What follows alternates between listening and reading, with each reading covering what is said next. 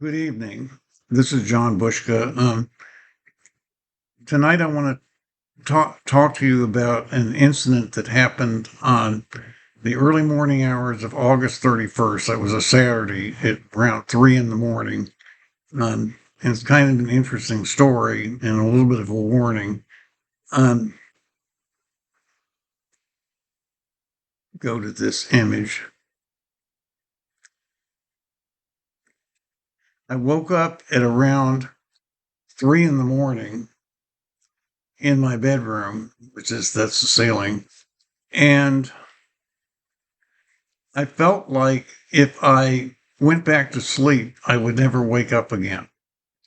Never had that feeling before. And of course, that may sound like a medical emergency or something, and it's call 911 or something.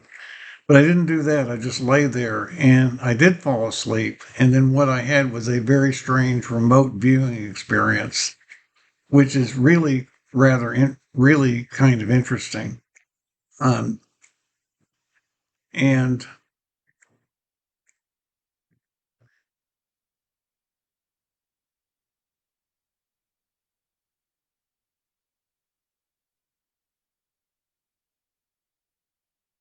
what I'll show you the second sequence. I've got to follow a script here.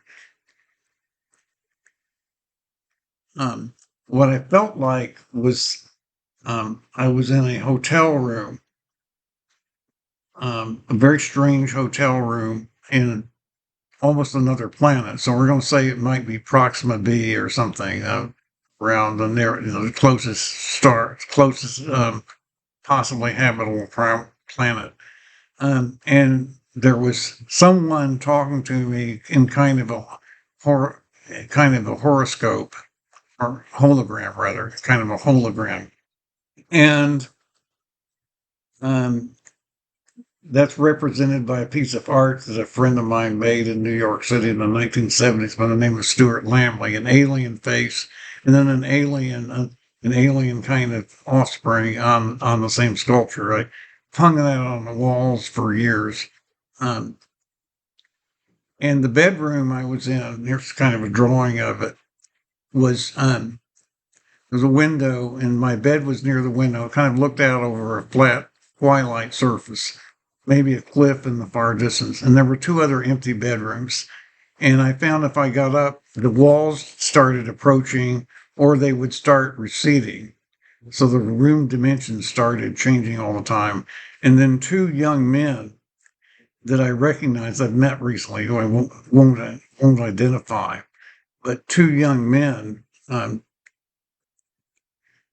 came into the room and then walked through the walls, which is really bizarre. And then um, the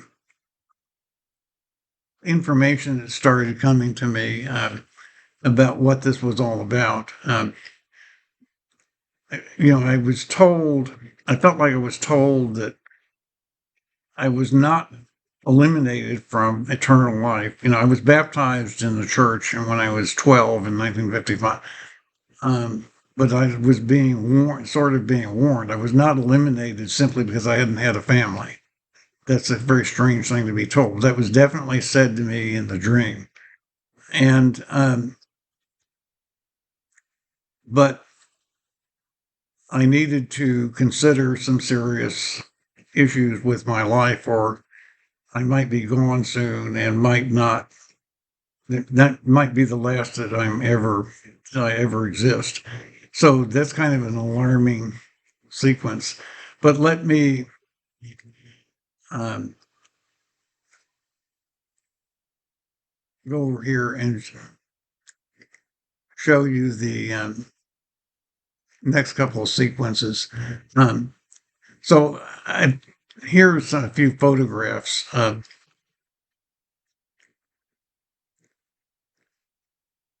uh,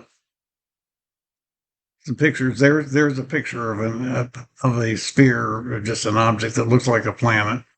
It's another one, and then this is a an object in Roslyn, the Star Wars Park in Roslyn near a tunnel, and that's an object in at the University of District of Columbia on Van Ness Avenue in Washington, near where the old National Bureau of Standards, where I've worked, used to be.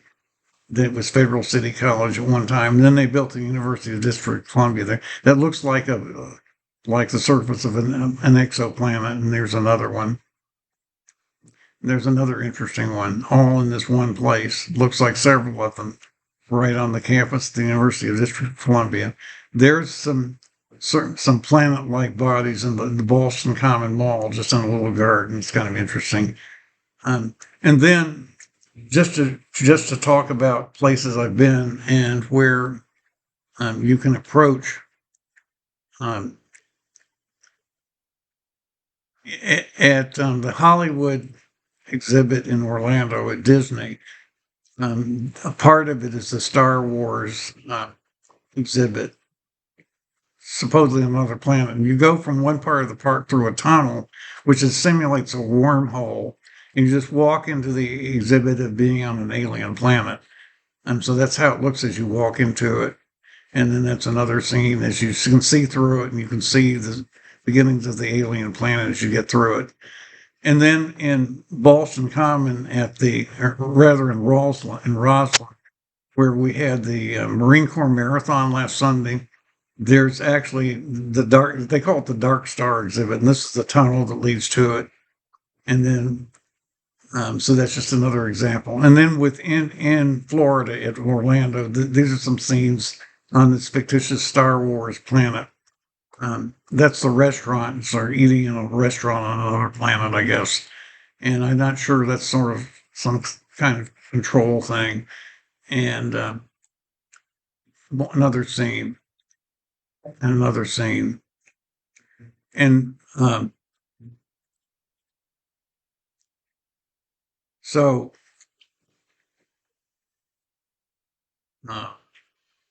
let me get back to.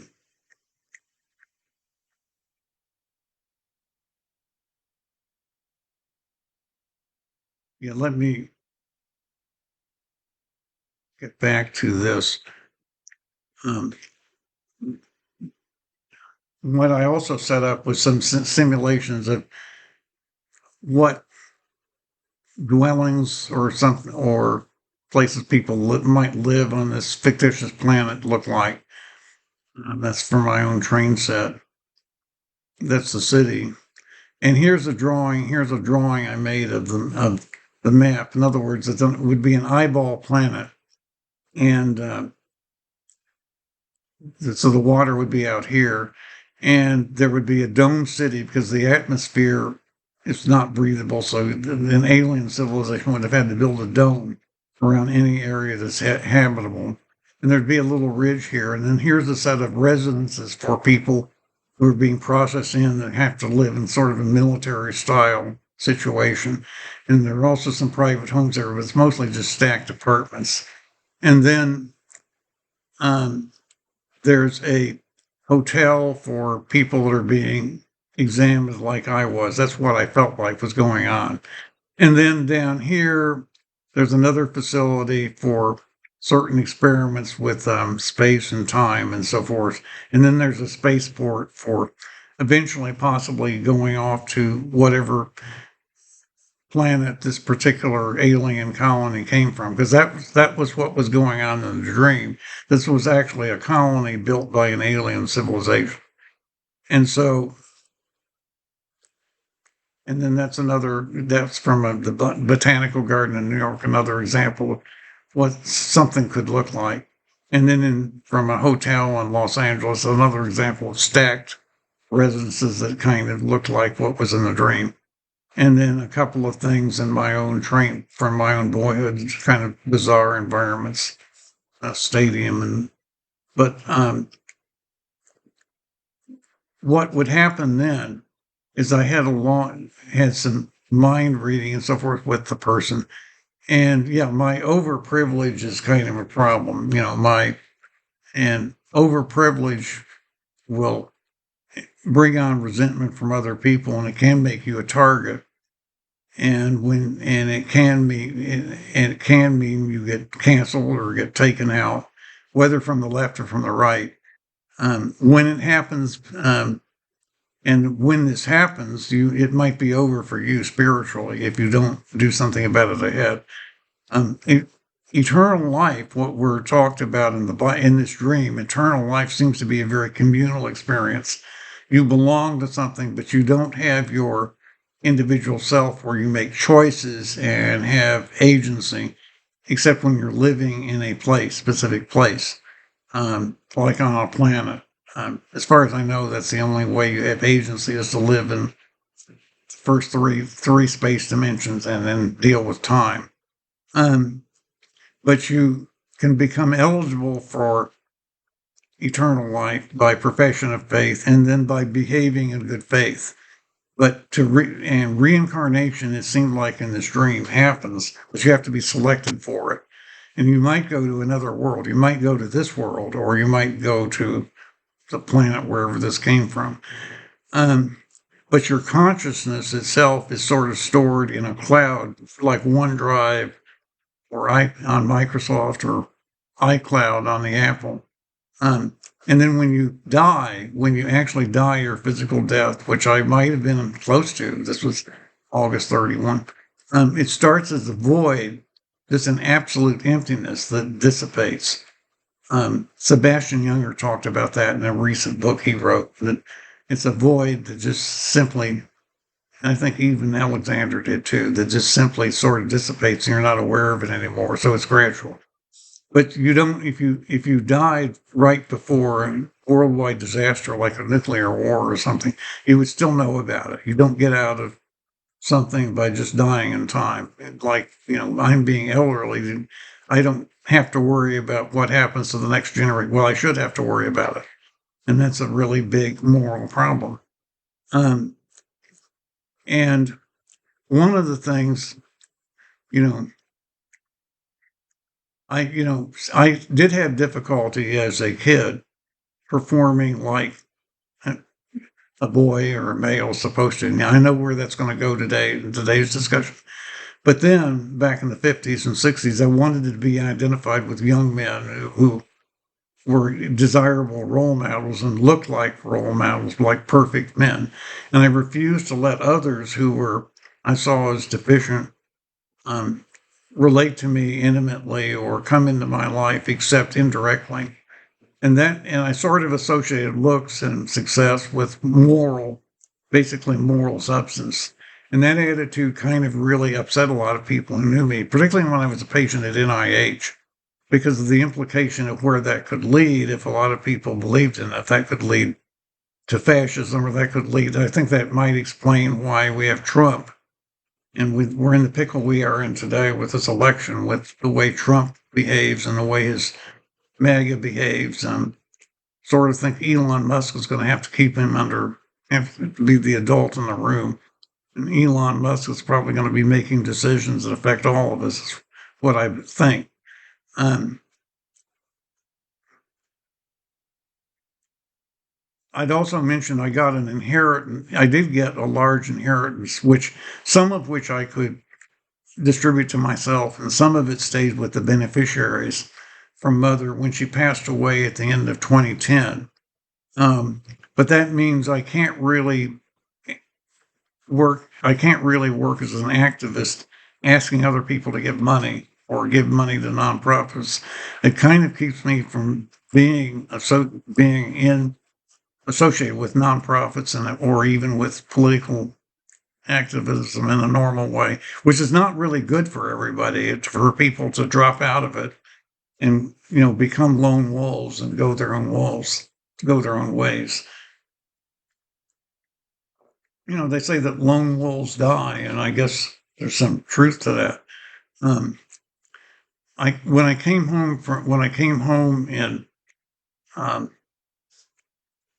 2003 to sort of reset after a layoff and after a month spent finishing my time, I had a couple of other jobs in Minneapolis.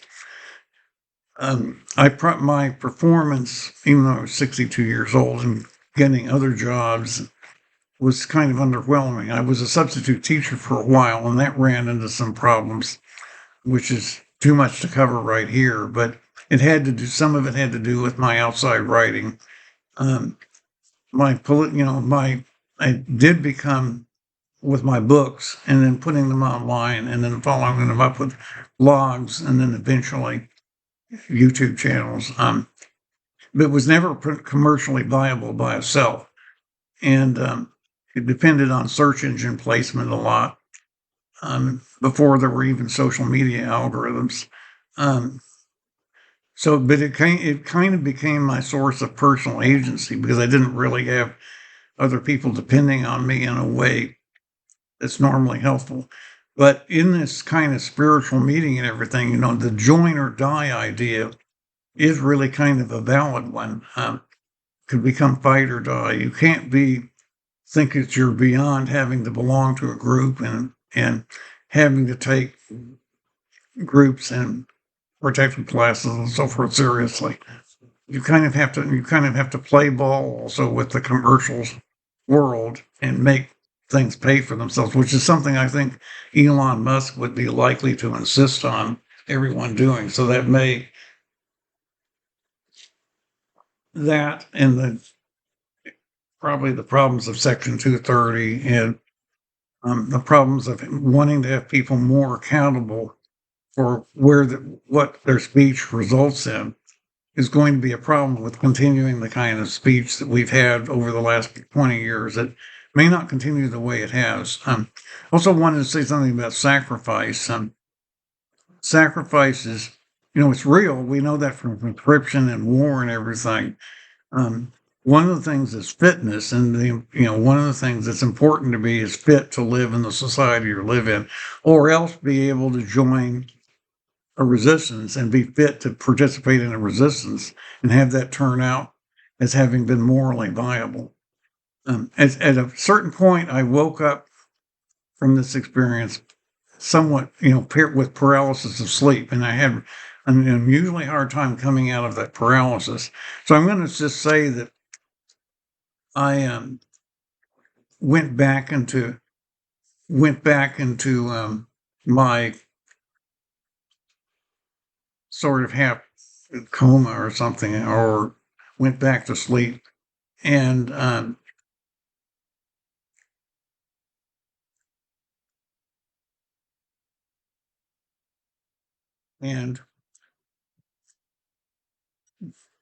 and with my I saw my parents, and I didn't actually bring them. Um, saw my parents in one dream, another dream, lucid dream I had later. I saw my parents in the living room of a condo similar to what I owned in Texas, a townhouse.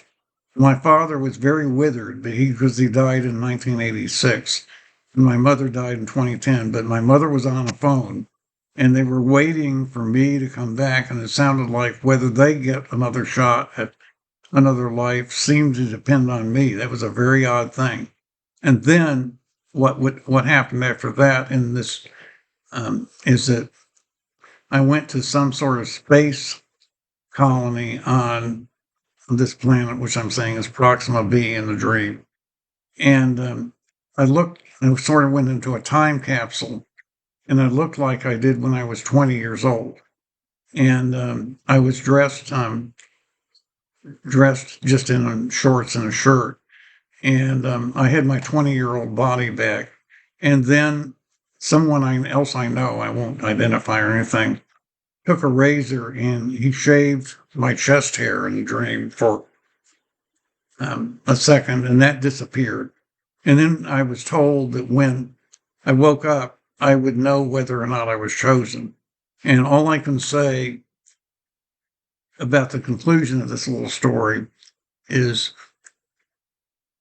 well, there's an angel. I'm also that's something that ain't where the angels come from. The angels in the Bible are simply are humans who have advanced and become essentially don't age and become more perfect and so forth. That seemed to be where they came from. They somehow went through this process.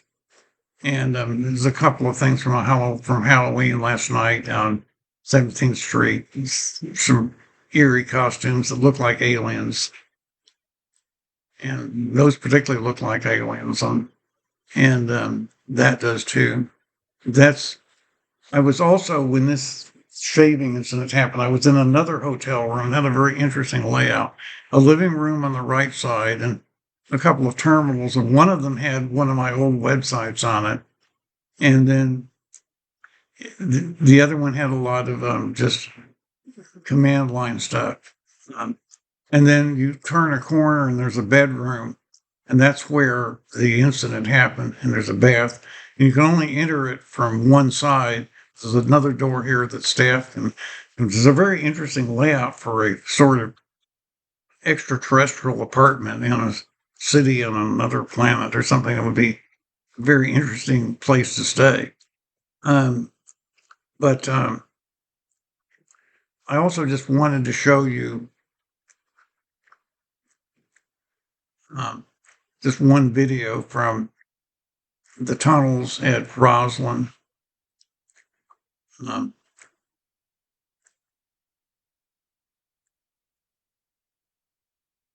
And we'll conclude. Dark Star Park in Roslyn in Arlington, Virginia. You can approach, go through a tunnel and approach.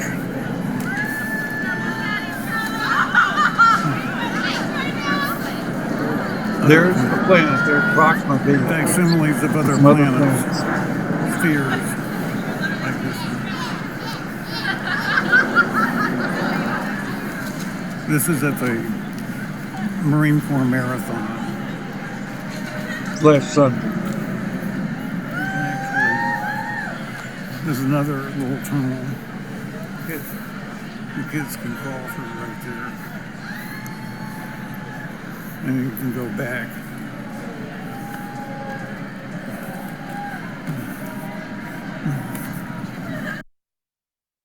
So that's kind of what I have. This is kind of a strange story of lucid dreams and remote viewing. But maybe there really is an alien colony on Proxima B. Maybe Netflix is right about the three-body problem. And there's another story. There's another angry astronaut channel, and there's Gaudier. They've been discussing this signal that's been coming from the Alpha Centauri system. It sounds like a chromatic scale on the musical, descending chromatic scale on the music. And there's some arguments. You can look those up. But there may be something. There could be something going on Proxima B. So I think it's really interesting. So I did want to present this little experience to you tonight, and it's a little short film sort of thing. So I do thank you for listening.